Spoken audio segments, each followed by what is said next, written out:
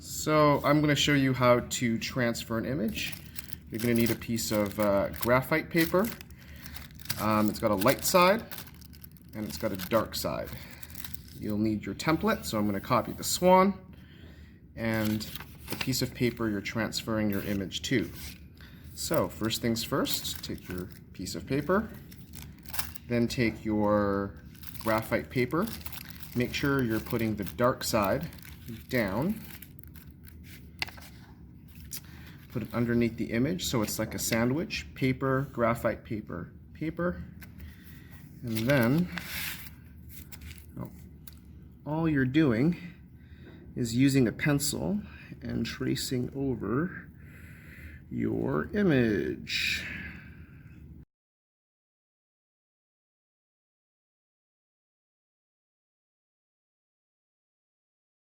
And you know you've done a good job when you have the exact replica underneath it. So now you're going to take this image and just glue that on here. So you'll need a glue stick, your image, and the piece of metal. So you just take the glue stick, put it all around the metal.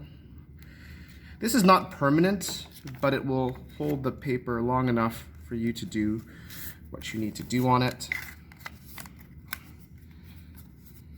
Make sure it's nice and flat. And then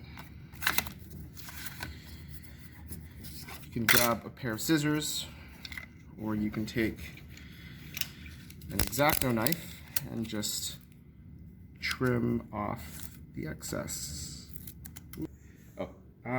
So the next step is in order for our jeweler saw to kind of come in, we're going to just punch a bunch of holes around the key areas. So I might put a hole somewhere here to make my life easier. I might do another hole here, another hole here, another hole here, and just around anywhere where there's like key points.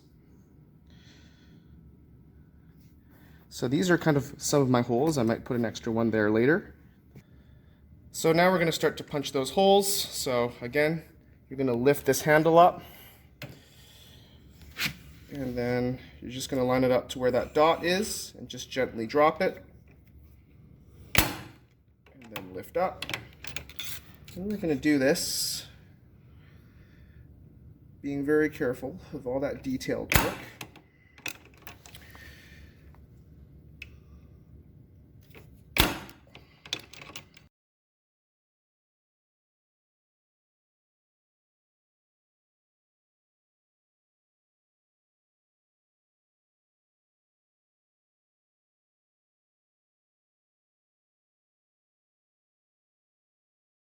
Okay, so our next step is we're going to put the jeweler saw blade, that's the blade, which is really tiny, do be careful, it's sharp, onto the jeweler saw frame.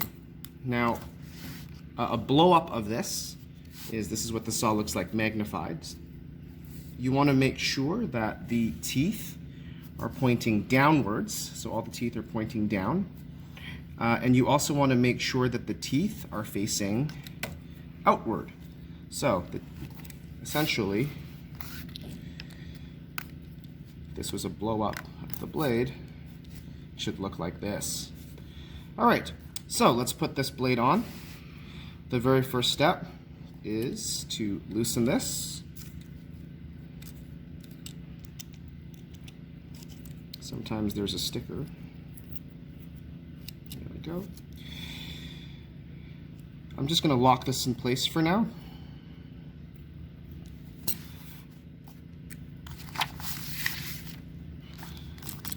Pick up the jeweler saw blade and double check that it's in the right direction. And the very first thing you're going to do is you're going to loosen this up.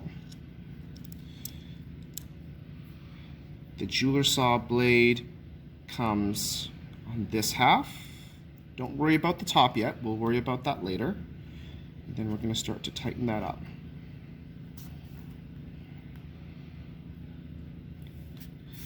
Okay, so what we're going to do is, now that we're going to take your project, you're going to, being very careful, put this through the hole.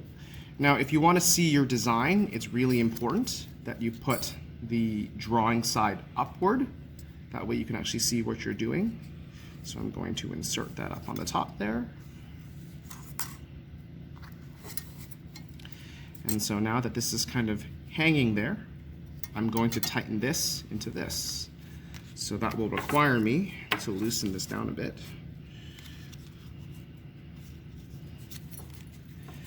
I'm going to open this up again. So open this, bring that out a bit.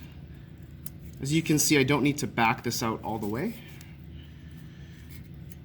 And right now, the saw blade is bent. We'll worry about that later. We're just going to close this up for now. So it's nice and tight on both sides. Now, this is very floppy. That's no good. So what we're going to do is we're going to unloosen this, and we're going to extend the frame up. Just kind of tighten that up.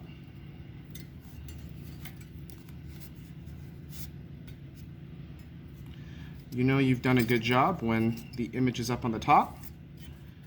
The blades are pointing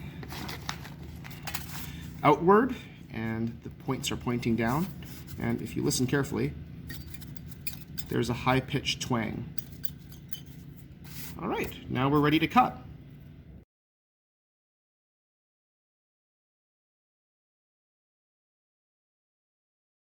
Once you've put the beeswax on, take the project. Now I'm right-handed, and the whole idea is that you want to keep the blade straight and perpendicular. So you are always cutting like this, and it cuts on the downward motion. So it's cutting like this, lift up, cut, lift up. You never want to put it on an angle. That's bad. You want to keep it straight at a 90 degree. So let's see this in action. Here's your bench pin. And that way it goes in here. That way your piece is always supported. And then here we go. We're going to start to cut. So it's very gentle. Keep it 90.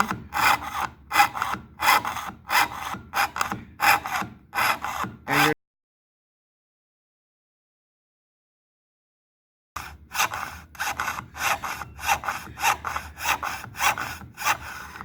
eventually you'll stop, put a little bit more beeswax on it.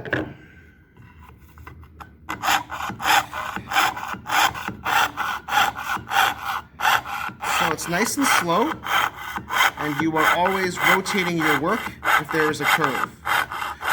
What you don't want to do is stop and then twist and then cut. You should always be, if you're making a turn, you should always be cutting.